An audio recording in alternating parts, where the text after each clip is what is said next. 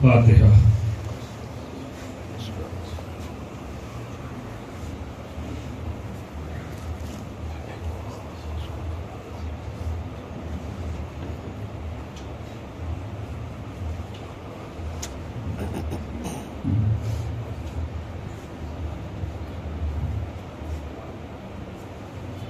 لا حول ولا قوة إلا بالله العلي العظيم۔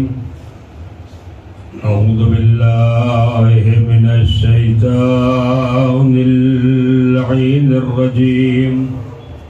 بسم الله الرحمن الرحيم۔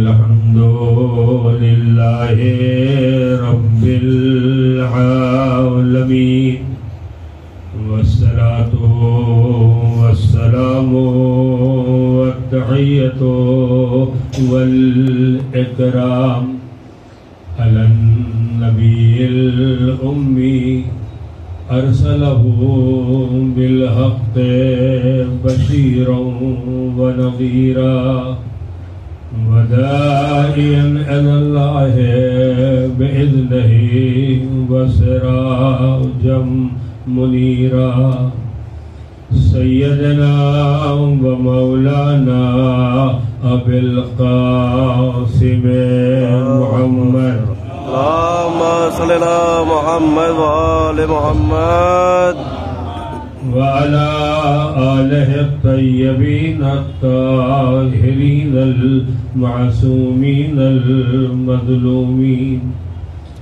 ولعنة الدائمة الباقية على أعدائهم أجمعين۔ أما بعد، فقد قال الله الحكيم في كتابه الكريم: بسم الله الرحمن الرحيم، هل يستوي الذين يعلمون والذين لا يعلمون؟ صلوات اللهم صل على محمد وآل محمد۔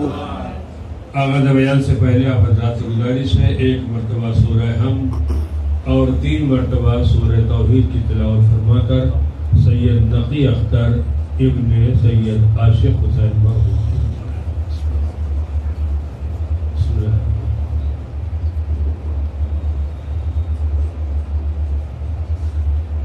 صراط الذین انعمت علیہم۔ بسم اللہ الرحمن الرحیم۔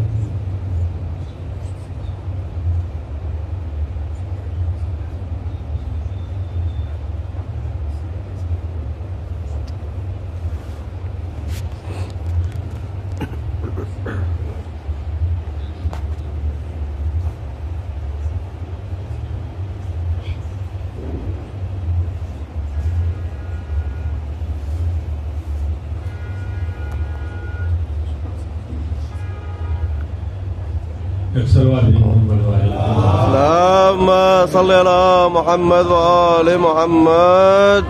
حسن بھائی، ابھی اندر کافی جگہ ہے، جن لوگوں کو آپ نے باہر روک رکھا ہے ان کو اندر بھیج دیجیے، ابھی کافی جگہ ہے۔ تھوڑا ادھر آ جاؤ تو ہاں تک میری زیادہ ایک مرد مومن کے اظہار ثواب کی غرض سے منعقد کی جا رہی ہے۔ جانے والا جن صفات و کمالات کا مالک تھا، جو ان کے اندر خصوصیات اور اچھائیاں پائی جاتی تھی، عام حالات میں یہ کام صاحبان علم کا ہوتا ہے، بلکہ واضح لفظوں میں کہا جائے انہوں نے وہ کارہائے نمایاں انجام دیا جو کام علماء، خطبہ، ذاکرین، صاحبان منبر کا ہے۔ لیکن اس کے باوجود میرا رابطہ پہلی مرتبہ غالباً 2001 یا 2 کی بات ہے، جب ہم لوگ حج بیت اللہ کے واسطے گئے اور حج بیت اللہ کے فرائض کو انجام دینے کے بعد جب وہاں سے مرحوم واپس آئے تو واپس آنے کے بعد آپ نے پہلا کارنامہ انجام یہ دیا کہ حج سے متعلق ایک مفصل کتاب کو مرتب کیا۔ جب ہم نے پوچھا کہ یہ آپ کا کام تو ہے نہیں، یہ کام صاحبان علم کا ہے، آپ گئے تھے حج کرنے کے واسطے، کافی ہے، کرنے جو مشکلات ہم نے برداشت کیا ہے، میں نہیں چاہتا ہوں کہ بعد کا جانے والا ان پریشانیوں میں مبتلا ہو، لہذا میں نے چاہا کہ ایک مختصر سی کتاب مرتب کر دیا جائے تاکہ جو آدمی اگلے سال جائے گا اس کے حوالے یہ کتاب کی جائے گی تاکہ وہ پریشانی اور مشکلات کا سامنا نہ کرے۔ صاحبان علم کی سب سے بڑی فضیلت یہ ہوتی ہے کہ صاحبان علم وہ کارہائے نمایاں انجام دیتے ہیں کہ جن کا سابقہ انہیں ہو چکا ہے، اس سابقے سے، ان پریشانیوں سے، ان مشکلات سے عوام الناس مبتلا نہ ہونے پائے۔ اس کے علاوہ آپ نے بہت ساری کتابوں کو تحریر کیا، جو کتابیں اسی مکان میں جن کا رسم اجرا کیا گیا تھا، اس میں ہم کو بھی شریک ہونے کا موقع ملا تھا۔ بہرحال جب تک مرحوم زندہ رہے، جو عام حالات میں صاحبان علم اور جن کو پڑھا لکھا کہا جاتا ہے، جو اپنے قلم کو جیب کی زینت بناتے ہیں، انہوں نے تنہا قلم کو جیب کی زینت نہیں بنایا بلکہ اس کا استعمال بھی کیا، اور برابر تحریریں کرتے رہے، لکھتے رہے، اور روایات اور احادیث کے روشنی میں کہیں تفسیر لکھ رہے ہیں، کہیں معصومین کے ارشادات لکھ رہے ہیں۔ یہ سب اس لیے تھا تاکہ جانے والا اگر چلا جائے تو اس کی تحریر باقی رہے، اور یہی وجہ ہے کہ روایات معصومین علیہ السلام میں بھی ہے مداد العلماء افضل من دماء الشہداء، علماء کے قلم کی روشنائی شہداء کے خون سے بہتر ہے۔ لکھتے رہو، قلم چلاتے رہو، اپنی معلومات کو اگلی نسلوں تک منتقل کرتے رہو، اگر ایک دن وہ آ جائے کہ جب اس دنیا کو چھوڑ کر تم چلے جاؤ تب بھی تمہاری تحریر لوگوں کے درمیان زندہ رہے اور تمہارے وجود کو باقی رکھے۔ اسی مختصر سی تمہید کے بعد جو باتیں میں آپ کے سامنے گزارش کرنا چاہتا ہوں، حسب عادت کچھ کڑوی باتیں ہوں گی جنہیں آپ کو بہرحال اس لیے برداشت کرنا ہوگا کہ آپ نے منبر پر ہم کو بٹھا دیا۔ اب اگر کسی کو ناقابل برداشت ہو تو دروازہ ادھر سے کھلا بھی ہے، جو جانا چاہے وہ جا سکتا ہے، لیکن جب مجھے موقع دیا گیا ہے تو میں اپنے فرائض اور اپنی ذمہ داریوں کو بہرحال آپ حضرات کے سامنے بیان کیے ہوئے چھوڑنے والا نہیں۔ عزیزان محترم، دور حاضر میں جو ہماری اور آپ کی ضروریات ہیں، جن حالات سے ہم اور آپ دوچار ہو رہے ہیں، ان حالات کے اعتبار سے اگر دیکھا جائے تو ہماری قوم، ہمارا سماج، ہمارا معاشرہ پہلے مرحلے میں جن چیزوں کی احتیاج رکھتا ہے، ضرورت اسے ہے، وہ ضرورت ہے علم کی۔ علم ہمارے گھرانے کا خزانہ ہے، علم ہمارے گھرانے سے چلا ہے، ہمارے گھرانے سے مراد خانوادہ عصمت و طہارت ہے۔ جتنا بھی علم آپ کو آج کی دنیا میں ملے گا، چاہے وہ علم دین ہو، چاہے وہ علم دنیا ہو، سب کا مرکز پلٹ کر کے جاتا ہے خانوادہ عصمت و طہارت۔ بعض کا مرکز ایمان صادق ہے اور زیادہ تر علوم کا مرکز مولا کائنات امیر المومنین علی ابن ابی طالب علیہ السلام۔ اللهم صل على محمد وآل محمد وعجل فرجہ۔ آج کی دنیا میں جو حضرات مارکیٹنگ کرنے کے عادی ہیں اور مارکیٹنگ سے ان کو ذرہ برابر دلچسپی ہے، ان کو اندازہ ہوگا کہ جب کبھی بھی کسی چیز کی قیمت بڑھانا ہوتا ہے تو اس چیز کو بازار سے تھوڑی دیر کے واسطے غائب کر دیا جاتا ہے۔ ایسا نہیں ہوتا سامان نہیں ہوتا، لیکن سامان ہے، منظر عام پر نہیں ہے۔ معلوم ہے کہ رات میں سوئے تھے تو پیاز 40 روپے میں تھی، صبح اٹھ کے آئے تو معلوم 80 روپے میں ہو گئی۔ تو یہ ایک رات کے اندر اتنا بڑا فرق کیسے پیدا ہو گیا؟ معلوم ہے سارے بیچنے والوں نے طے کر لیا کہ اس کو بازار میں نہیں لانا ہے، لہذا دام خود بخود بڑھ جائے گا۔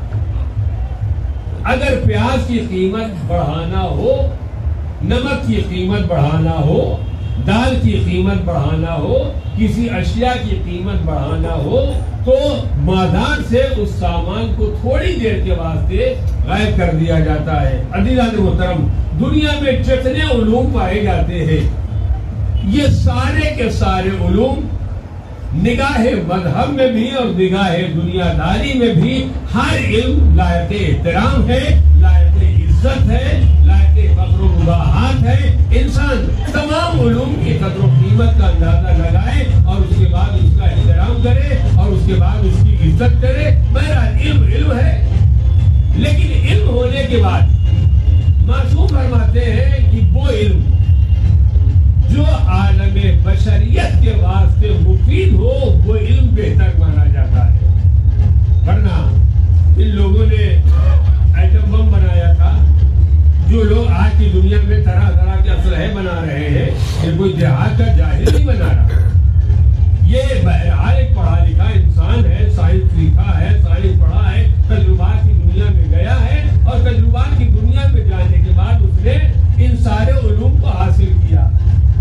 لیکن یہی علم اگر انسانیت کے واسطے مفید ہو تو اس سے بہتر کوئی علم نہیں ہے۔ ابھی آپ نے 2-4 سال پہلے سنا ہے، پڑھا ہے، دیکھتے رہتے ہیں کہ ساری دنیا میں ہنگامہ برپا ہے کہ ایران ایٹم بم بنا رہا ہے۔ اگر یہ بری چیز ہے تو چاہے اسرائیل بنائے، چاہے ہندوستان بنائے، چاہے امریکہ بنائے، چاہے کوئی اور بنائے، اگر بری ہے تو بری ہے، اس کی مرمت ہونا چاہیے، اس کو بازار سے غائب ہو جانا چاہیے۔ تم بناؤ تو بہت اچھا ہے، ہم بنائے تو بہت خراب ہے۔ شاید یہ وجہ ہے کہ ہمارے مذہبی رہنما نے اس بات کی طرف اشارہ کیا، ہر وہ اسلحہ جو انسانیت کی بربادی کا سبب بنے، اسلام اس کو بنانے کی اجازت نہیں دیتا۔ جب ایران کے اوپر الزام لگایا گیا کہ ایٹم بم بنا رہے تو ایران والوں نے کیا جواب دیا؟ یہی تو جواب دیا، ہم کسی ایسی چیز کے بنانے کے قائل نہیں ہے جو عالم بشریت کے واسطے نقصان دہ ہو، لیکن یاد رکھنا یہ ساری ایٹمی صلاحیتیں تنہا بربادی کے واسطے نہیں ہوتی ہے، بلکہ دنیا آباد کرنے کے واسطے بھی ہوتی ہے۔ تم نے بنایا ہے آدمی کو برباد کرنے کے واسطے، بشریت کو برباد کرنے کے واسطے، ہم نے اس سے روشنی حاصل کرنے کے واسطے بنایا، ہم نے اسے دوسرے علوم کا فائدہ حاصل کرنے کے واسطے بنایا ہے۔ لہذا اگر تم بناؤ تو تمہارے واسطے بڑھیا ہو جائے، اچھا ہو جائے، نیک ہو جائے، بہتر ہو جائے، دونوں کی نیتوں میں فرق پایا جاتا ہے۔ چاہے جو بنائے، یہ کسی جاہل نے نہیں بنایا ہے، کسی پڑھے لکھے نے بنایا ہے۔ اسلام پر کیا آواز دے رہا ہے؟ ہر کو علم جو عالم بشریت کے واسطے مفید ہو وہ بہرحال مفید ہوتا ہے، اور وہ علم جو عالم بشریت کے واسطے نقصان دہ ہے وہ بہرحال نقصان دہ ہوتا ہے۔ مفید ہوگا اسلام بنانے کی اجازت دے دے گا، اگر مضر ہوگا تو اسلام بنانے کی اجازت نہیں دیتا ہے۔ ایک صلوات محمد والی اللہم صلی علی محمد وآل محمد۔ آج کی دنیا میں یہ جتنے بھی علوم پائے جاتے ہیں، یہ سارے علوم کا دائرہ اسی دنیا تک ہے، اس دنیا کے بعد نہیں ہے۔ سائنس، جغرافیہ، ہندی، انگریزی اور جتنے بھی علوم ہیں آج کی دنیا میں ابھی بھی یہ طے نہیں ہو پایا کہ علم کے کتنے باب ہیں، کتنے چیپٹرز ہیں۔ روزانہ ایک نئے علم کا انکشاف ہو رہا ہے، بنانے والے، ایجاد کرنے والے اس سے استفادہ کر رہے ہیں اور منظر عام پر مارکیٹنگ کے واسطے لایا جا رہا ہے۔ لہذا ہر علم قابل اعتبار ہے، لیکن یہ جتنے علوم دنیا والے بنا رہے ہیں ان کا حدود کار کام آنے والا کہاں مفید ہوگا، اس کے واسطے تنہا یہ دنیا ہے، اس دنیا کے بعد مفید نہیں ہے۔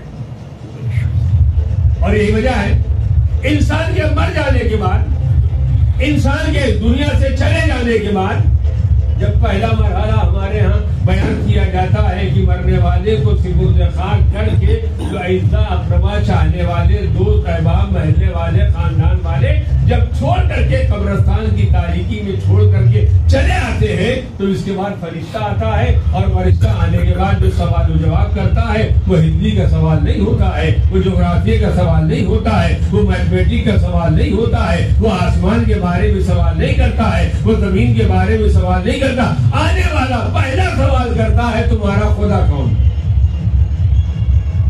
یہ تو احسان جانیے ہمارے اور آپ کے ماں باپ کا کہ بچپنے میں گودی میں لے کر کے انگلی اٹھا کر کے نہیں بھی اٹھانا جانتے تھے تب بھی انگلی اٹھوا کر کے کہا گیا اللہ ایک. وہ پرانا سبق ہمیں یاد رہ گیا، لہذا اگر انشاءاللہ یاد رہ گیا تو قبر کے مراحل میں جانے کے بعد اتنا تو بتا سکتے ہیں کہ اللہ ایک.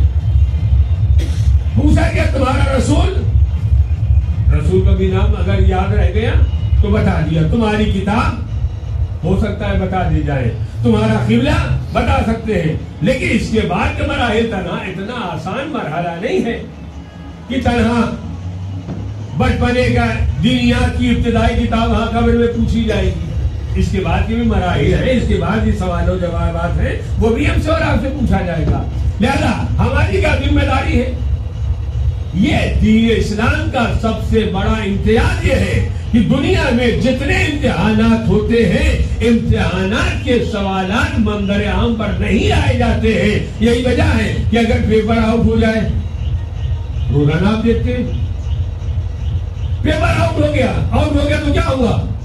امتحان کینسل ہو گیا، لیکن پہلے سوال منظر عام پر نہیں آتا. یہ اللہ کا کرم ہے، اہل بیت کی مہربانیاں ہیں جنہوں نے پہلے سے بتا دیا یہ پوچھا جائے گا، یہ پوچھا جائے گا، یہ پوچھا جائے گا. گویا پیپر آؤٹ کر دیا گیا. پیپر آؤٹ ہونے کے بعد بھی اگر ناکام ہو جائے تو اس سے بڑا بدبخت انسان کون ہوگا؟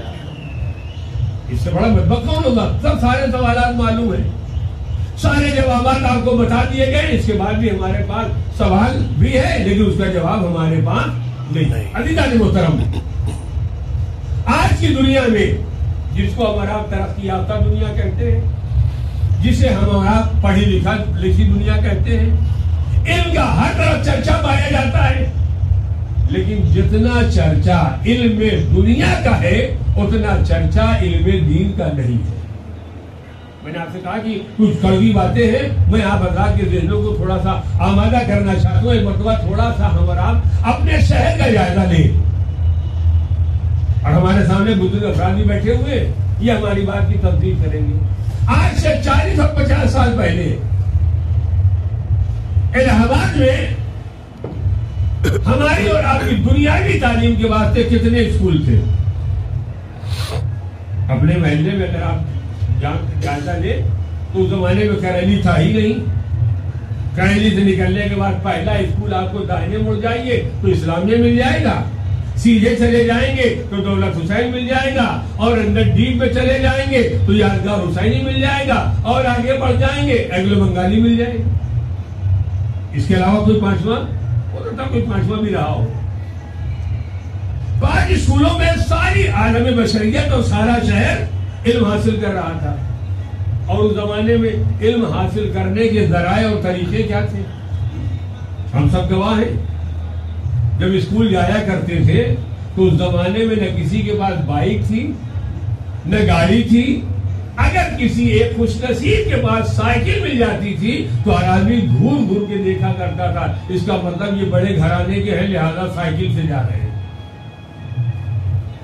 روزانہ 4 کلومیٹر 5 کلومیٹر 3 کلومیٹر ایک طالب علم پیدل سفر کر کے صبح میں اسکول جاتا تھا اور شام کو اسکول کر کے دوبارہ پیدل ہی واپس آتا تھا. اگر مطلب آج کے حالات کی بنیاد پر اگر کسی نوجوان سے یہ کہہ دیا جائے کہ اگلے چوراہے پر فلاں سامان بک رہا ہے جا کر لے آؤ،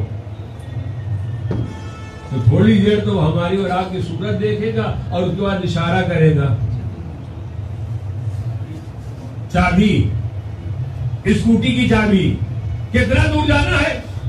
10 قدم 20 قدم 50 قدم 50 قدم جانے کے واسطے ہم اور آپ کوئی وسیلہ اختیار کر رہے ہیں، اور وہ 3 کلومیٹر اور 4 کلومیٹر اور 5 کلومیٹر کا سفر طے کرنے کے بعد علم حاصل کرنے، جن لوگوں نے محنت و مشقت سے علم حاصل کیا ہے، آج وہی گھرانے ہیں جن گھرانوں میں علم کا چراغ روشن ہے۔ اور ہم جیسے آج کے سماج والے کاہل لوگ، کاہلی میں علم حاصل نہیں آتا ہے، روایات معصومی ہیں، علم بھوک میں پایا جاتا ہے، علم پیار میں پایا جاتا ہے، علم زحمتوں میں پایا جاتا ہے، علم مشقتوں میں پایا جاتا ہے۔ جب ہم علم کو دولت میں تلاش کریں گے، علم کو مال میں تلاش کریں گے، علم کو کھانے میں تلاش کریں گے، علم کو آسائش میں تلاش کریں گے، تو آسائش اور آرام میں زندگی گزارنے والا صاحب علم نہیں ہو سکتا ہے۔ اب میں اپنے موضوع سے متعلق آپ کے سامنے بات گزارش کروں گا۔ اکثر و بیشتر ہمارے ایک سوال ہوتا ہے کہ آخر ہمارے ہندوستان میں مراجع اور علماء کیوں نہیں پیدا ہوئے؟ آپ کے ذہن میں بھی سوال ہوتا ہے اور ہم سے بھی سوال کیا جاتا ہے۔ ہمارے ساتھ علماء کرام موجود ہیں، یہ بھی بیچارے ان سوالات کو ہم لوگ جھیلتے رہتے، برداشت کرتے رہتے ہیں۔ یا کہ ہمارے سماج میں علماء کیوں نہیں پیدا ہوتے، مراجع کیوں نہیں پیدا ہوتے، مذہبی افراد کیوں نہیں پیدا ہوتے؟ شاید اس کا راز یہ ہو کہ جب سے ہم نے علم دین کے واسطے ان طلاب کا انتخاب کیا ہے جو سماج کے سب سے زیادہ ناکارہ ہیں، کاش ہمارے گھرانوں میں، کاش ہمارے سماج میں، کاش ہمارے گاؤں میں یہ فکر پیدا ہوتی کہ جو ہمارے گھرانوں کا سب سے زیادہ صاحب علم ہوگا، پڑھا لکھا ہوگا، سمجھدار ہوگا، بہتر ہوگا، اسے علم دین کے واسطے بھیجا جائے گا، تو کوئی وجہ نہیں ہے کہ ہمارے ہاں عالم نہ پیدا ہو۔ لیکن جب ہمارے ہاں ایسا پیدا ہوگا، اس کو لا کے بھرتی کیا جائے گا، اس کو لا کے داخل کیا جائے گا، جس کے بارے میں کہا جائے کہ پورا گاؤں عاجز ہے، اور بڑی انصاف کے ساتھ، بڑی عدالت کے ساتھ بیان کیا جاتا ہے۔ جب کسی بچے کو لے کے آتے ہیں، ہم نے کہا آپ اور مدرسہ، کہنے نہیں، کوئی ایسی بات نہیں ہے، ہم اپنے بچے کو فلاں صاحب کا بچہ ہے۔ آج یہ ہے کہ اب تو زمانہ وہ آ گیا کہ لڑکے کے ماں باپ مدرسے تک آنے میں شرماتے ہیں، دوسرے کے حوالے کر دیا، میں لے جاؤ وہاں بھرتی کرا دو۔ ٹھیک ہے، بھرتی کرا دو، کوئی منافع نہیں، کوئی حرج نہیں۔ ہم نے کہا لائے کیوں؟ کہ اس بچے سے پورا گاؤں عاجز تھا، بڑا شریر تھا، بڑا بدماش تھا۔ عزیزان محترم، انصاف سے بتائیے، اگر شریف کو مدرسوں کے حوالے کیا، اگر امام زمانہ کی توجہات نہ ہوتی تو ہمارا دین برباد ہو جاتا، مذہب برباد ہو جاتا، شریعت ختم ہو جاتی، احکامات الہیہ برباد ہو جاتے۔ یہ امام کی توجہات ہے، جو سب سے زیادہ شریف تھا، اس کو مدرسے نے اپنی غذا کھلا کر، مال امام کھلا کر کے اس لائق بنا دیا کہ آج ہماری مسجدیں آباد ہیں، ہمارا ممبر آباد ہے، ہمارے مدرسے آباد ہے۔ کیوں آباد ہے؟ اس لیے آباد ہے کہ ہم نے اس کو صحیح راستے پر لگانے کی کوشش کیا۔ اب دیہات کی زبان میں کہا جائے کہ پیرا سیچے دھان نہیں ہوتا، پیرا سیچے دھان نہیں ہوتا ہے۔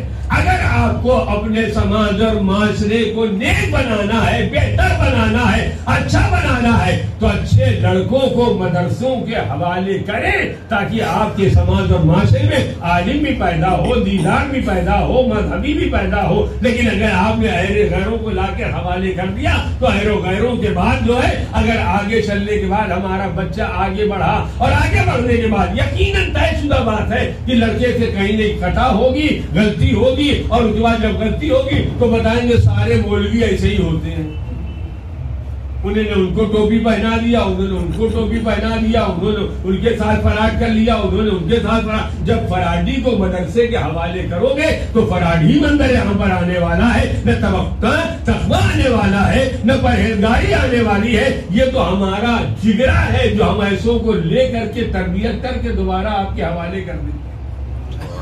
کبھی آپ نے اگر غور کیا ہو تو آپ کو اندازہ ہوگا، آپ کا ایک بیٹا اپنا بیٹا ہے لیکن اپنے بیٹے کی پرورش نہیں کر پاتے ہیں، اور اس کے بعد ان کو لا کر کے مدرسے کے حوالے کرتے تھے، اور مدرسے والے بڑی فراخ دلی کے ساتھ ان کو اپنے دامن میں جگہ دیتے ہیں اور جگہ دینے کے بعد ان کو تعلیم و تربیت سے آراستہ کرتے ہیں اور اس کے بعد ان کو پروان چڑھا کر کے کسی کو مصلی پر بٹھا دیا, کسی کو ممبر پر بٹھا دیا, کسی کو قیادت دے دیا, کسی کو رہنمائی کرنے کے واسطے دے دیا. عزیزان محترم, یہ تبھی ہوگا جب ہماری بستیوں میں علم دین حاصل کرنے کا کوئی مرکز ہو.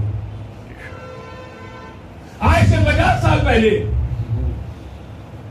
5 اسکول تھے, میں نے ابھی نام بتایا, 5 اسکول تھے. 50 سال کے بعد کتنے ہو گئے؟ آج کے زمانے میں 50 سال کے بعد کتنے اسکول ہو گئے؟ کوئی سڑک, کوئی گلی ایسی نہیں جہاں اسکول نہ ہو. ہم نے کہا جب 5 اسکول تھے تو 6واں کیوں کھلا؟ 6 ہو گیا تو 7واں کیوں کھلا؟ کہ مولانا بالکل جاہلی معلوم ہوتے ہیں. ہم نے کیا ہوا؟ کہ ضرورت بڑھتی گئی, احتیاجات بڑھتی گئی, لہذا جیسے جیسے ہماری ضرورتیں بڑھتی گئی ویسے ویسے ہم نے لڑکوں کی تعلیم کے واسطے اسکول ہم نے کھولنا شروع کر دیا. ہم نے کہا کیا خالی ضرورتیں جو ہیں وہ علم دنیا ہی میں بڑھتی جا رہی ہیں, علم دین میں نہیں بڑھ رہی ہیں. ایک مدرسہ, ایک مکتب قاضی جی کی مسجد میں کھلا ہوا تھا, دھیرے دھیرے 50 لڑکے, 50 سے 30 لڑکے, 30 سے 20 لڑکے, 20 سے 10 لڑکے, اور آ جانے کے بعد مدرسہ بند ہو گیا. اب کیا ہوا؟ کیا علم دین کی ضرورت ختم ہو گئی؟ یا ہر بچہ پیدا ہونے والا وہ عالم پیدا ہو رہا ہے, مجتہد پیدا ہو رہا ہے, متقی اور پرہیزگار پیدا ہو رہا ہے؟ نہیں, نہ عالم پیدا ہو رہا ہے, نہ مجتہد پیدا ہو رہا ہے, نہ صاحب علم پیدا ہو رہا ہے. ہم نے علم دنیا کی اہمیت کا اندازہ لگایا, لہذا ہم نے اسکول پر اسکول کھولنا شروع کر دیا, لیکن علم دین کی کوئی ہم نے اہمیت ہی نہیں دیا ہے. لہذا کھلے یا نہ کھلے, چلے یا نہ چلے, بند ہو جائے یا نہ ہو جائے, اس سے ہمیں کوئی سروکار نہیں ہے. اب میں ایک بات اور گزارش کرنا چاہتا ہوں, نام نہیں لوں گا, باقی آپ حضرات اپنا اپنا خود تجزیہ کر لیجیے. نہ جانے کتنی آبادیاں ہیں شہر الہ آباد میں, کم سے کم 140 ایسے گاؤں ہیں جہاں مومنین کی آبادی ہے. یا اڑائی جگائی نہیں مار رہا ہوں, 140 آبادیاں ہیں جہاں مومنین کی آبادی ہے. اب اس کے بعد آپ پتہ لگائیے کتنے گاؤں میں مکتب ہے ابتدائی. اللہ 1 اور 5 امام 12 انا اعطینا الحمدللہ اور خود اللہ کی حد تک کتنے مکتب ہیں؟ زیادہ سے زیادہ 15. 140 گاؤں میں 15 مقامات ایسے ہیں جہاں تنہا مکتب برائے نام ہے. جو چلا رہا ہے اس کے دل سے پوچھے کہ کیسے چلا رہا ہے, استاد کو کیسے تنخواہ دی جا رہی ہے, اس کا انتظام کیسے کیا جا رہا ہے. اور اس کے بعد ہر آدمی کو اس بات کا غرہ ہے ہم سے بڑا عالم کوئی نہیں ہے, ہمارے گاؤں سے زیادہ متقی اور پرہیزگار کوئی نہیں ہے, ہم سے زیادہ صاحبان علم کوئی نہیں ہے, ہم سے زیادہ صاحبان تقویٰ کوئی نہیں ہے. میں سوال کرنا چاہتا ہوں, اگر آپ کے گاؤں میں مکتب نہیں ہے, آپ کے گاؤں میں مدرسہ نہیں ہے, تو کیا یہ علم لدلی لے کر آ رہا ہے؟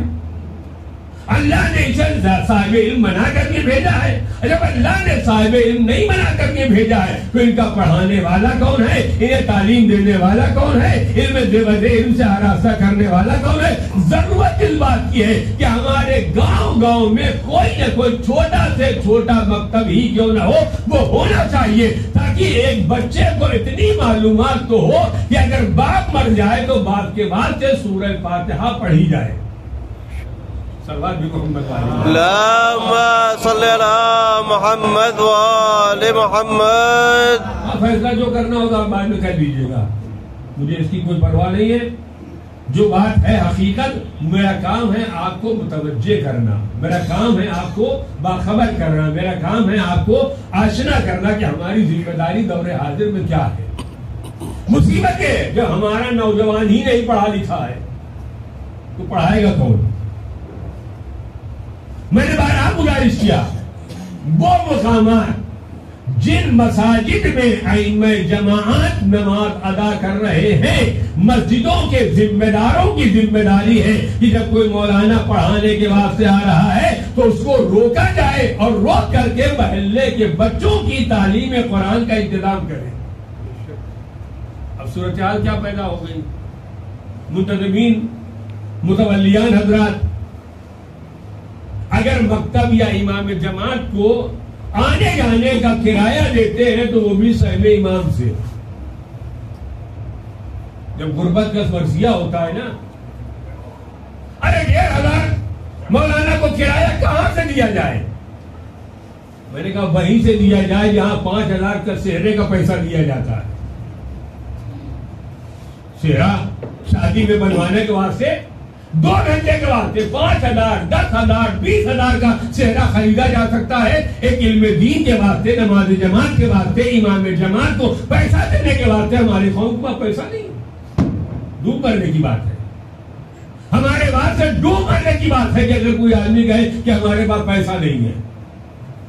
اور اس مقام پر کسی عالم دین نے, کسی ذاکر نے بہت اچھا جملہ کہا تھا.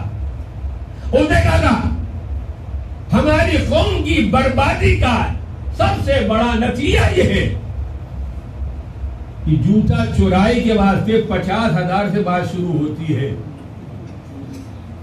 جوتا چورائی 50,000 سے, اور تے توڑ کرتے کرتے اگر 25 پر ٹک گئے تو بڑا فخر ہے کہ مہنگا تھا 50, ہم نے تو 25 میں کام چلا لیا. حضرت محترم, یہ مقام حسرہ کے مقام نہیں ہے. یہ ہمیں غور کرنا پڑے گا. جو 25,000 روپے بھی ہم نے دیا ہے, یہ نیک کام کے لیے دیا ہے یا چوری کو فروغ دینے کے لیے؟ ایک چور کا حوصلہ نہ بڑھے گا. ہمیں اور کوئی کام کرنے سے بڑھ گیا کہ یہی ہے کہ کہیں جوتا چورا لو, کہیں چپل چرا لو, کہیں یہ کر لو, کہیں وہ کر لو. اگر ایک جگہ کہیں پھنس گیا 25,000 روپیہ مل گیا تو سال کا خرچہ تو نکل ہی آیا.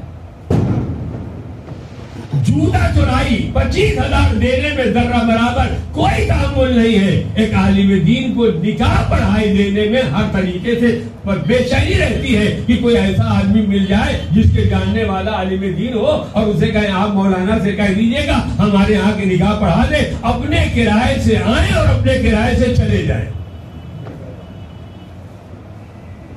مجھ سے ایک جگہ پوچھا گیا نکاح کے بعد, لڑکے کے ابا آئے, کہہ رہے مولانا جو نکاح پڑھنے آئے تھے ان کو کتنا دے دیا جائے؟ ہم نے کہا جتنا گھوڑے والے کو دیا اتنا ان کو دے دیجیے. جتنا گھوڑے والے کو دیا ہے اتنا ان کو دے دیجیے. کہنے کیا مطلب ہوا؟ ہم نے کہا جو گھوڑے والا ہے وہ آپ کا رشتے دار تھا, وہ آپ کا قرابت دار تھا, وہ پیسہ آپ سے لے گیا. کہنے ہاں وہ 5,000 لے گیا. ہم نے کہا ڈوب مرنے کی بات ہے کہ آپ کی نگاہ میں گھوڑے والے کو 5,000 دینا قابل فخر و مباحات سمجھا جا رہا ہے. ایک عالم دین کو تھوڑا پیسہ دینے میں آپ کی جان نکل رہی ہے. میں ایک جملہ اور گزارش کرنا چاہتا ہوں, اگر کسی کو برا لگے تو لگے. آج ہمارے شہر کی صورتحال کیا پیدا ہو گئی؟ مولانا کو کسی طریقے کا پیسہ دینے میں وہ انداز اپنایا جاتا ہے جیسے چوراہے پر پولیس والے کو دیا جاتا ہے. اگر چوراہے پر کسی ٹریفک والے نے روک لیا تو چپے سے نکال کر اس کے جیب میں یوں ڈالا جاتا ہے کہ تم لے لو, جان چھوٹ گئی. بھائی حال مولانا کا ہوتا ہے. ایسے چھپا کے دیا جاتا ہے تاکہ آپ یہاں نہ دیکھیں, گھر جا کے دیکھیے گا تو کون پوچھتا ہے کتنا ملا کتنا نہیں ملا. عزیزان محترم, اگر ہماری نگاہ میں علم دین کی یہی قدر و قیمت ہے, اور یہی وجہ ہے کہ آج کوئی بچہ جو علم دین حاصل کرنے کے واسطے قدم آگے نہیں بڑھاتا ہے. کیوں نہیں بڑھتا؟ اس کی وجہ یہ ہے کہ یہ بتایا جاتا ہے مستقبل تمہارا تاریخ ہے, مستقبل تمہارا خراب ہو جائے گا, فیوچر تمہارا خراب ہو جائے گا. میں اپنے بچوں کو یاد دلانا چاہتا ہوں, میں اپنے بچوں کو سمجھانا چاہتا ہوں, اگر تم نے علم دین کا راستہ اختیار کر لیا ہے تو کبھی تمہارے اوپر مایوسی نہیں آنا چاہیے, کبھی شرمندہ نہیں ہونا چاہیے. تمہیں یہ فخر ہونا چاہیے آگے چل کر کے اپنی قوم میں حلال پیدا کرو گے, حرام پیدا نہ کرو. تم ہی نکاح پڑھو گے, تم ہی کوئی مر جائے گا تو نماز جنازہ پڑھاؤ گے. میں گزارش کر رہا ہوں خدا کے واسطے وہ ماحول اپنے شہر کا نہ بنائیے جو دوسرے شہروں کا ماحول ہے کہ آپ نے کسی ذاکر سے وعدہ لیا تو انہوں نے فوراً اپنا اکاؤنٹ نمبر بھیج دیا, اتنا پیسہ پہلے ہمارے اکاؤنٹ میں ڈال دیجیے تب بات کیجیے گا. اگر ہمارے شہر میں ایسی ابھی رواج نہیں پیدا ہوا, آپ نے کسی بھی مولانا کو فون کیا ہمارے ابا مر گئے ہیں اور جو جنازہ جو چکیا قبرستان جائے گا تو کسی مولانا نے آج تک نہیں کہا ہے کہ ہم کو آئیے اور لے جائیے. ہمارے پاس گاڑی ہے، اسی لیے کہتے بھی ہم لوگوں سے ہیں، پہلے پتہ لگا لیتے ہیں کس کے پاس گاڑی ہے، پہلے پتہ لگاتے ہیں ان کے پاس گاڑی ہے یا نہیں، اگر گاڑی ہے تو نماز جنازہ کے واسطے کہیں گے.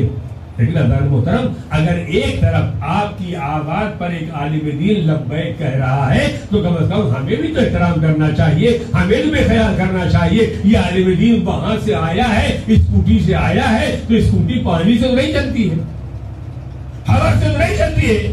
آپ بھی اس کی قدردانی کریں تاکہ اس کو اندازہ ہو سکے کہ ہم نے اگر علم دین حاصل کیا ہے تو علم دین حاصل کرنے کے بعد کوئی قدردانی کرنے والا ہے، ذلیل کرنے والا نہیں ہے، رسوا کرنے والا نہیں ہے، بے حرمتی کرنے والا نہیں ہے. اب تو سماج اس منزل پر آ گیا ہے کہ لڑکوں کو قرآن خوانی کے واسطے بھیج دیجئے گا.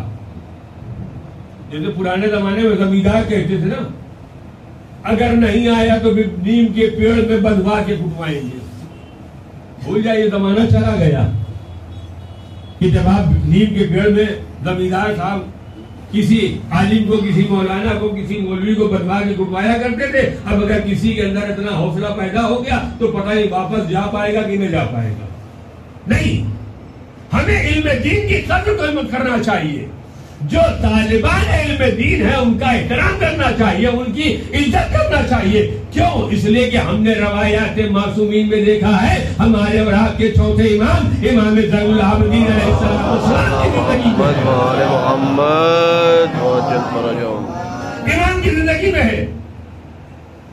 جب کوئی طالب علم دین امام کے سامنے آیا کرتا تھا تو امام کھڑے ہو کر کے اس کا استقبال کرتے تھے. کہاں یہ طالب علم دین اور کہاں امام معصوم؟ لیکن امام معصوم نے ان طالبان علم دین کا احترام کر کے بچایا. ان کو بچہ نہ سمجھو، ان کو حقیر نہ سمجھو، ان کو معمولی نہ سمجھو، اس لیے کہ انہوں نے ہمارے جد کے علم کو آگے بڑھانے کا بیڑا اٹھایا ہے. اور جو علم دین کو آگے بڑھانے کے واسطے بیڑا اٹھا لے وہ یقیناً لائق احترام بھی ہے، لائق عزت بھی ہے. صلی محمد وآل محمد. بہت سارے گاؤں ایسے ہیں جہاں آج تک کوئی ایک طالب علم دین بننے کے واسطے اپنے گھر سے نہیں نکلا. آپ اپنے اپنے گاؤں کا اندازہ لگا لیجئے تو پتا چل جائے گا کہ ہم لوگ کتنا علم دوست ہیں. جیسی ہمارا بچہ 8 سال 10 سال 12 سال کا ہوا ویسے ہم نے بہتر اسکول تلاش کرنا شروع کیا. یہ کس نے منع نہیں کیا؟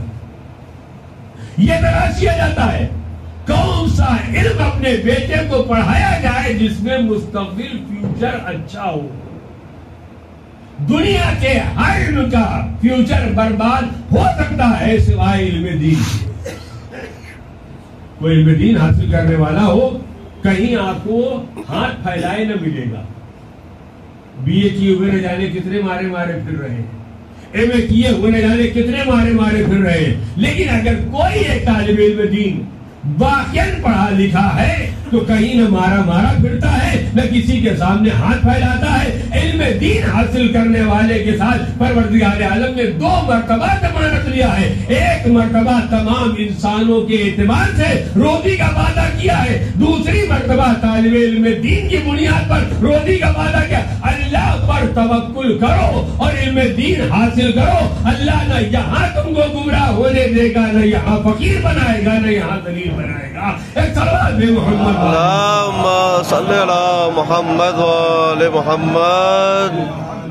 لوگ ان طلاب علوم دینیہ کی قدر و منزلت نہیں کرتے، ان کی عزت نہیں کرتے. جتنا بے عزتی ہو سکتی ہے، کبھی مزاحن کوئی بچہ آپ کے سامنے سے ٹوپی لگائے گزر گیا تو کبھی کوئی ٹوپی اتار لیتا ہے، کبھی کوئی لنگی مار دیتا ہے، کبھی کسی الفاظ سے استعمال ادا کرتا ہے. جتنی توہین ممکن ہو سکتی ہے یہ بھول جاتے ہیں. ان طلاب کی توہین کرنا تنہا طلاب کی توہین نہیں ہے، علم دین کی توہین ہے. اور ان کو جو نسبت حاصل ہے علوم آل محمد حاصل کرنے والے ہیں، لہذا ان کی توہین گویا علوم آل محمد کی توہین ہوتی ہے. ایک سوال ہے محمد والے اللہم صلی علی محمد وآل محمد. جس مرنے والے کی ایصال ثواب کی مجلس ادا منعقد کی گئی ہے، ان کا بھی شناخت، ان کی پہچان اسی علم دین کی بنیاد پر تھی۔ مجھے نہیں پتا ہے کہ انہوں نے علم دین کسی مدرسے میں پڑھا تھا یا نہیں پڑھا تھا، لیکن اگر نہیں بھی پڑھا ہے تو وہ کارہائے نمایاں انجام دیا ہے جو عام حالات میں عام آدمی انجام نہیں دیتا ہے۔ قرآن پر تحقیق ہے، حدیث پر تحقیق ہے، دیگر چیزوں پر ان کی تحقیقات موجود ہیں، انہوں نے بڑھ کر آواز دیا۔ تنہا پڑھا لکھا ہونا کفایت نہیں کرتا ہے، جو پڑھا ہے اس کو اسی راہ میں خرچ کر دو، یہی سب سے بڑا امتیاز ہے۔ لہذا جناب محترم، میں بات کو تمام کرتے ہوئے ایک جملہ آپ حضرات کی خدمت میں بڑے ادب اور احترام کے ساتھ گزارش کرنا چاہتا ہوں۔ ہمارا اپنے اپنے محلے میں جہاں مسجدیں ہیں، جہاں امام بارگاہ ہے، جہاں دیگر ایسی چیزیں ہیں جہاں پر دو چار بچوں کے انتظام کرنے کی گنجائش پائی جاتی ہے، وہاں پر ہمیں بچوں کی دینی تعلیم کا انتظام کرنا چاہیے۔ کچھ دن کے بعد، گزر جانے کے بعد ہر آدمی کو خیال پیدا ہوتا ہے ہمارے لڑکیوں کو کوئی اردو پڑھانے والا مل جائے، ہمارے لڑکے کو کوئی قرآن پڑھانے والا مل جائے۔ انفرادی طور پر انتظام کرنا کوئی کمال نہیں ہے۔ اگر ہمیں اپنے بیٹے کی فکر ہے تو ہمیں یہ فکر ہونا چاہیے کہ اگر معلم، استاد، مولوی صاحب ہمارے بچے کو پڑھانے کے واسطے آ رہے ہیں تو جتنے دو چار اگر اور گھر ہمارے محلے میں ہیں تو سارے محلے کے بچوں کو ایک جگہ جمع کر دیا جائے، اور اس کے طفیل میں اگر کوئی ایک بچہ بھی علم دین سے آشنا ہو جائے گا تو انتظام کرنے والے کو یہاں بھی ثواب ملے گا اور وہاں بھی ثواب ملے گا۔ لیکن اگر یہ خیال ہو جائے کیا کرنا ہے، اس کے اثرات آپ میں پتہ نہیں آپ محسوس کر رہے ہیں نہیں کر رہے ہیں، دھیرے دھیرے ہمارے سماج اور معاشرے سے علم دین کا رواج اٹھتا جا رہا ہے۔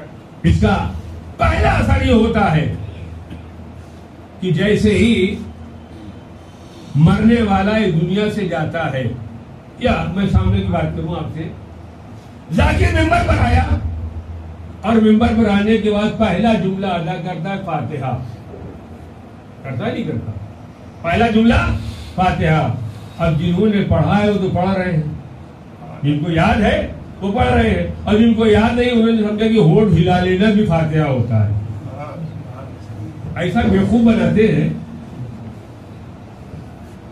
غنیمت جانے کی مولانا وسیع حسن صاحب الہ آباد کم آتے ہیں، ورنہ اگر کسی سے پوچھ لے بھیا ذرا سورہ حمد پڑھیے،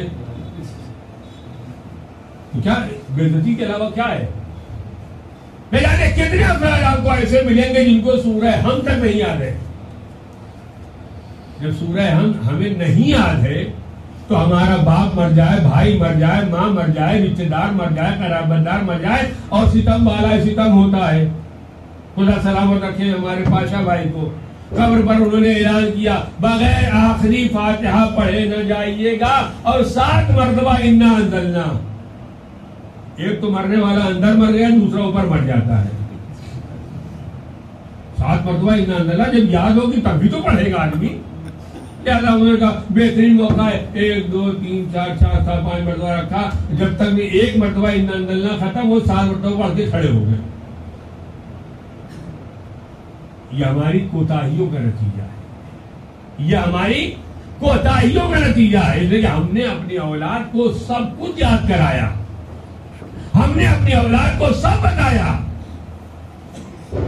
اگر ہم اپنی جان چھڑانے کے واسطے اپنے بیٹوں کو موبائل دے دیتے ہیں کہ دیکھ تھوڑی دیر تم موبائل کھیلو، ہم ابھی 1 گھنٹے میں واپس آتے ہیں، تو کوئی ایسا عیب بھی ہمارے موبائل پر ہونا چاہیے اور بچے کو بتا دیا جائے یہ تعلیم قرآن کا ہے، اس کو سنتے جاؤ، یاد کرتے جاؤ، ہم یاد کر لینا، انا اعطینا یاد کر لینا اور سورہ یاد کر لینا، اور جہاں انعام و اکرام کی باری آئے کبھی ہم کو یہ بھی تو کہنا چاہیے کہ ہم گھر جا رہے ہیں لوٹ کے آئے تو اگر تم کو سورہ حمد یاد ہو گیا تو 1 کلو مٹھائی دے دیں گے، کچھ دیں گے، کوئی انعام و اکرام دے دیں گے، تو شاید بچے کے اندر یہ جذبہ پیدا ہو جائے کسی بہانے ہم ان تمام چیزوں کو یاد کر لے. عزیزان محترم یاد رکھیے گا بنانے والا کسی شے کو بربادی کے واسطے نہیں بناتا ہے. استعمال کرنے والا کبھی نیک کام میں استعمال کرتا ہے, کبھی بربادی کی راہ میں استعمال کرتا ہے.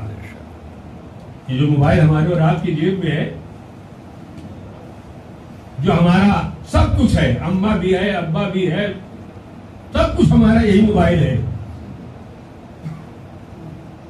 یہ موبائل بنانے والے نے جب بنایا تھا تو کسی نیک کام کے واسطے, خبر گیری کے واسطے, ایک دوسرے کو اپنی اطلاع دینے کے واسطے, ایک دوسرے کی خبر گیری کرنے کے واسطے بنایا تھا. لیکن ہم سارا کام کرتے ہیں, خبر گیری نہیں کرتے. برا نہ مانیے گا, ہر آدمی اپنی اپنی جگہ پر باہر نکل کے سوچے کہ ہم یہاں رہ رہے ہیں, ہمارے کچھ خاندان والے, رشتہ دار, گاؤں والے, محلے والے گاؤں میں بھی رہتے ہوں گے. آپ پتہ لگائیے آپ نے اپنے رشتہ داروں سے کب بات کیا ہے. اسلام یہ بھی کہتا ہے کہ اپنے رشتہ داروں سے تعلقات قائم کرو, اپنے رشتہ داروں کی خبر گیری کرو. 24 گھنٹہ موبائل چلتا رہے گا لیکن نہ باپ کی خبر گیری ہے, نہ ماں کی خبر گیری ہے, نہ بھائی کی خبر گیری ہے, نہ چچا کی خبر گیری ہے, نہ ماموں کی خبر گیری ہے. اور اس کے بعد سب سے بڑے متقی بھی ہے, پرہیزگار بھی. ہم سے زیادہ متقی کوئی نہیں ہے, ہم سے بڑا پرہیزگار کوئی نہیں ہے, ہم سے بڑا نیک کوئی نہیں ہے. اگر لفظی طور پر متقی اور پرہیزگار ہے تو یقیناً آپ متقی بھی ہوں گے, پرہیزگار بھی ہوں گے. لیکن اگر کام والا متقی اور پرہیزگار دیکھنا ہے تو عبادت پروردگار کرنا پڑے گا, اطاعت پروردگار کرنا پڑے گا, اور عبادت پروردگار کے ساتھ اپنے رشتہ داروں اور قرابتداروں سے حسن سلوک بھی کرنا پڑے گا. ایک صلوات محمد اللہم صلی علی محمد وآل محمد. ہماری ذمہ داری ہے کہ ہم اپنے علاقوں میں تعلیم قرآن کا انتظام کریں, اور اگر کسی آدمی کے اندر یہ جذبہ پیدا ہو جائے تو آپ شہر کے ذمہ دار علماء کرام سے آپ رابطہ کریں.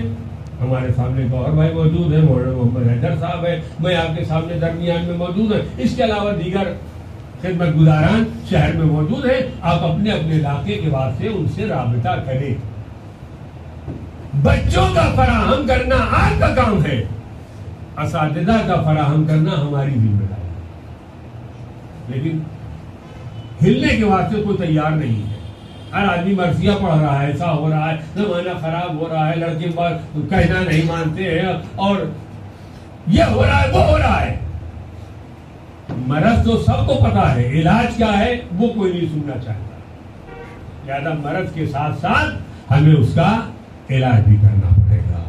تعلیم قرآن ہمارے واسطے ضروری ہے, مذہبی تعلیمات ہمارے واسطے ضروری ہے, ہمارے واسطے حلال اور حرام کا پتہ ہونا ضروری ہے, جائز اور ناجائز کا پتہ ہونا ضروری ہے. تنہا اپنی اولاد کو اچھے سے اچھے اسکول میں داخلہ کرا دینا یہ کمال نہیں ہے.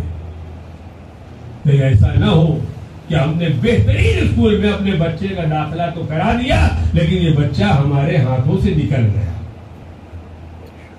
در پردہ جتنے بھی مشینری کے اسکول ہیں, یہ در پردہ ہماری اولاد کو ہم سے چھین رہے ہیں. کیسے چھینتے ہیں؟ پہلا مرحلہ جب ہمارا بیٹا ان اسکولوں میں داخل ہوتا ہے تو پہلا مرحلہ آتا ہے پریئر کا, ترانے کا. کیا اس ترانے میں کیا قرآنی آیات پڑھی جاتی ہے؟ اس پریئر میں کیا اسلامی باتیں بتائی جاتی ہیں؟ وہ اپنے دین کے مطابق ہمارے بیٹوں سے وہ سارے کلمات ادا کراتے ہیں. بچہ مومن کا ہے, کلمہ عیسائیت کا پڑھ رہا ہے. بچہ شیعہ گھرانے کا ہے, باتیں معلوم کرا عیسائیت کی. اور یہی وجہ ہے کہ جب بچہ تھوڑا بہت وہاں پڑھ لکھ لیتا ہے تو نتیجہ ہوتا ہے کہ خود اپنے مذہب کے خلاف آواز بلند کرتا ہے. جب جیسی باپ کہتا ہے بیٹا چلو مسجد جا رہے ہیں تو فوراً آواز آتی ہے آپ بیکار ہیں, آپ جائیے, ہمارا تو بات ٹائم نہیں ہے.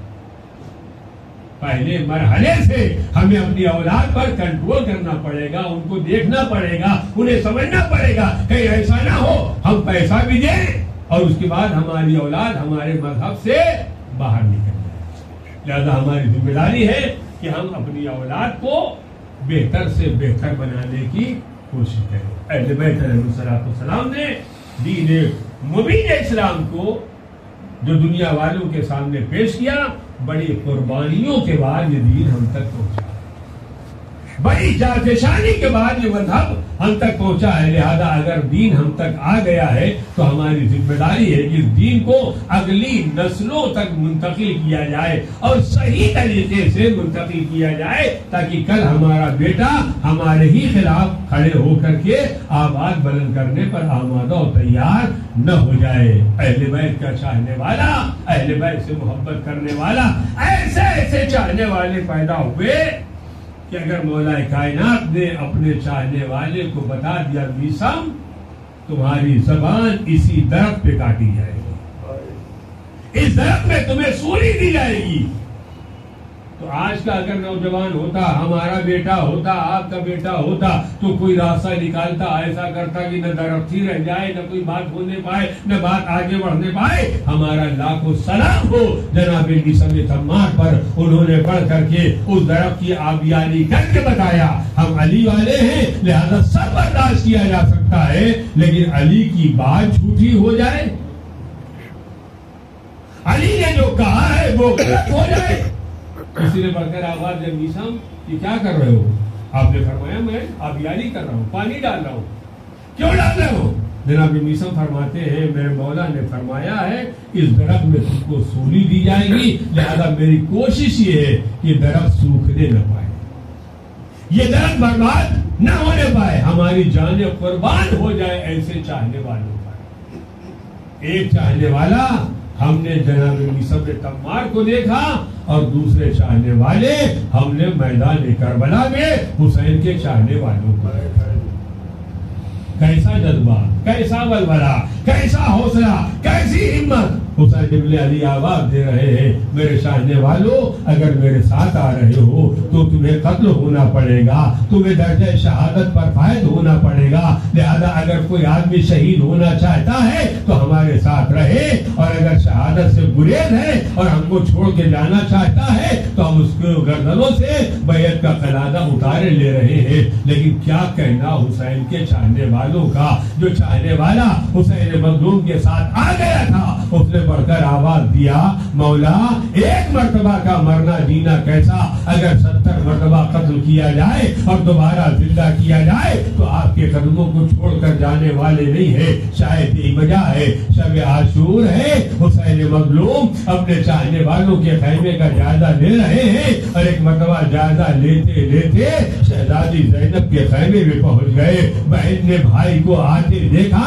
آگے بڑھی، بڑھنے کے بعد گلے میں باہیں ڈال دیا، اور ڈالنے کے بعد اپنے بھائی سے راز و نیاز کر رہی ہے، اور ایک مرتبہ شہزادی فرماتی بھیا تم نے اپنے چاہنے والوں کو آزمایا یا نہیں؟ کہیں ایسا تو نہیں ہے صبح ہوتے ہوتے تمہیں نرغے آدھا میں چھوڑ کے چلے جائیں؟ ایک مرتبہ زینب کے تہے سے نکلی ہوئی آواز ایک چاہنے والے کے کانوں سے ٹکرائی، دوڑا ہوا خیمے اصحاب میں آیا، اور آنے کے بعد کہہ رہا ہے اے چاہنے والوں تم اپنی تلواروں پر سیکہ لے کر رہے ہو، تم مرنے کے بعد سے آمادہ و تیار ہو رہے ہو، اور شہزادی کو ہماری وفاؤں پر اعتبار نہیں ہے، چلو چل کر اعتبار دلایا جائے۔ ایک مرتبہ چاہنے والے اٹھے، اپنی تلواروں کو نیام سے نکالا، شہزادی زینب کے خیمے کے سامنے آئے، اور آنے کے بعد کہتے آقا بی بی سے کہہ دیجئے یا ہماری وفاؤں پر اعتبار کر لے یا ہمیں حکم دے دے، ہم اپنی تلواروں سے اپنے سر و تن میں جدائی کر لے۔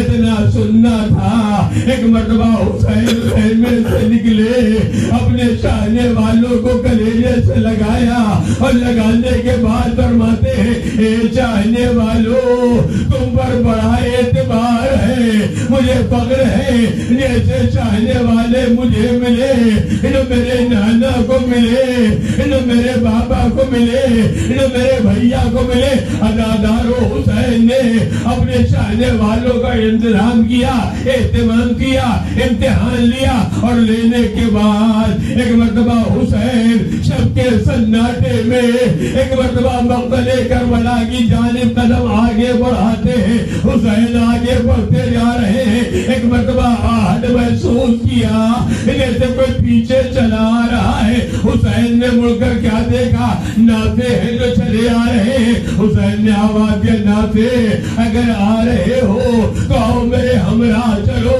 حسین نے نافع کو لیا مقتل کربلا کی جانب آگے بڑھے. ایک مرتبہ چلتے چلتے حسین نے اپنے قدم کو روکا.